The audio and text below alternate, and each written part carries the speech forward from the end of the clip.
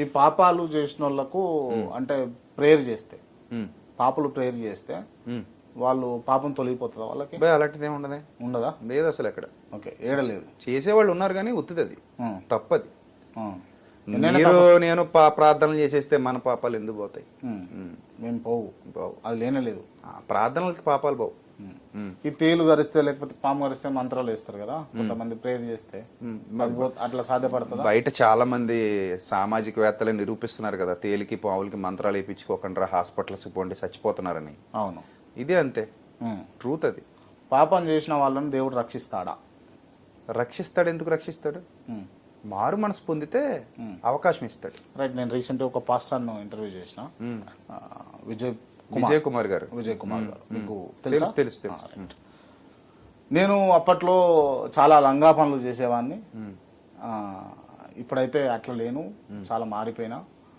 ఇప్పుడు చాలా మంచిగా ఉన్నా, నేను దేవుడిని నమ్ముకున్న తర్వాత చాలా మారిపోయినా, ఒక పాస్టర్గా ఉన్నా, నేను ఒక బోధకునిగా ఉన్నా అని అన్నారు కదా. అంటే గతంలో ఎన్ని పాపాలైనా చేసి దాని తర్వాత ఇప్పుడు ప్రాయశ్చిత్తం కావాలి అని చెప్పేసి మొక్కుకుంటే ఆ పాపాలు, గతంలో చేసిన పాపాలన్నీ కడిగేసుకున్నట్టు అయిపోతుందా? అంటే యాక్చువల్లీ ఒక మనిషి మారితే, పశ్చాత్తాపం చెందితే, మళ్ళీ పుడితే, ఆ పాతది చచ్చి కొత్త జీవితం, కొత్త బతుకు మొదలెట్టాలనే నిశ్చయత ఎప్పుడైతే అంతరాత్మలో మొదలైందో, ప్రతి చోట ఈ వెసులుబాటు ఉంది. ఇక్కడ కూడా బైబిల్లో ఒక మనిషి పాప పనులు చేస్తూ ఉంటే దేవుడు క్షమిస్తాడని లేదు. మీకు ఒకటి ఐడియా ఉండే ఉంటుంది, రాష్ట్రపతి క్షమాభిక్ష పెడతాడు ఎవరికి?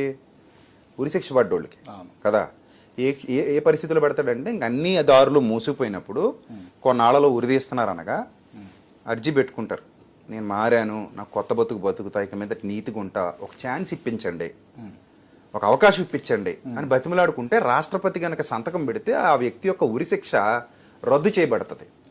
ఇన్ ద సేమ్ వే బైబిల్లో కూడా నువ్వు మార్పు చెంది ఆ పాత గతకాలపు జీవితాన్ని సమాధి చేసి కొత్తగా జన్మించడానికి ఇష్టపడితే, I will give you a new life, I will support you with my Holi spirit అని దేవుడు ఒక వాగ్దానం చేసినట్టుగా బైబిల్లో రాయబడింది. అది నిజమైన పశ్చాత్తాపం. ఇప్పుడు గొంగళ పురుగు సీతాకోక చిలకగా మారినట్టు అందులో ఫేక్ కూడా ఉంటది కదా, వేషధారితనం కూడా ఉంటుంది. ఇందాక మీరు అన్నట్టు నటన అన్నారు కదా, అది కూడా ఉండొచ్చు. బోలెడంత మంది ఉన్నారు నటులు, అన్ని చోట్ల ఉన్నారు. సో ఆ స్థితిలోకి వెళ్ళడం, అలా వెళితే దేవుడు తప్పకుండా క్షమిస్తాడు. ఎక్కడైనా ఉంది అది, నేను అదే చెప్తున్నాను మీకు, క్షమిస్తాడు. క్షమించకపోతే, ఇప్పుడు మన అమ్మా నాన్న మనల్ని ఎన్నోసార్లు క్షమించకపోతే మనం ఈ స్థాయిలో ఉండేవాళ్ళమా? చిన్న చిన్న తప్పులకి ఇంట్లోంచి గెంటేస్తే ఎప్పటికి మనం అడుగు తినేటోళ్ళం. కానీ మనం చాలా విషయాల్లో అమ్మా నాన్న క్షమించి అవకాశాలు ఇచ్చి సంస్కరించారు. అరే నాన్న ఇది తప్పురా, ఇది మంచిరా అని. దేవుడు కూడా అలాగే సంస్కరిస్తాడు, అది ఆయన ఇష్టం. శృతి మించిపోతే చంపేయచ్చు కూడా, దేవుడికి అధికారం ఉంది, సృష్టించినోడు కాబట్టి. ఓకే, అంతే.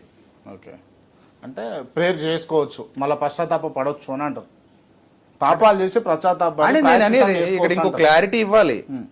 ఒక్కసారి రియలైజ్ అయినోడు మళ్ళీ ఆ బురదలో దిగుతాడా?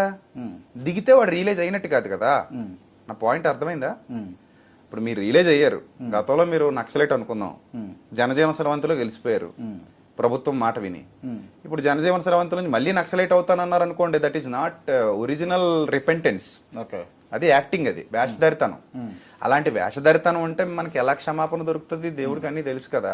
ఇక్కడ మనం యాక్టింగ్ చేసినంత కాలం చేస్తాం, ఏదో రోజు చచ్చిపోతాం అంతే.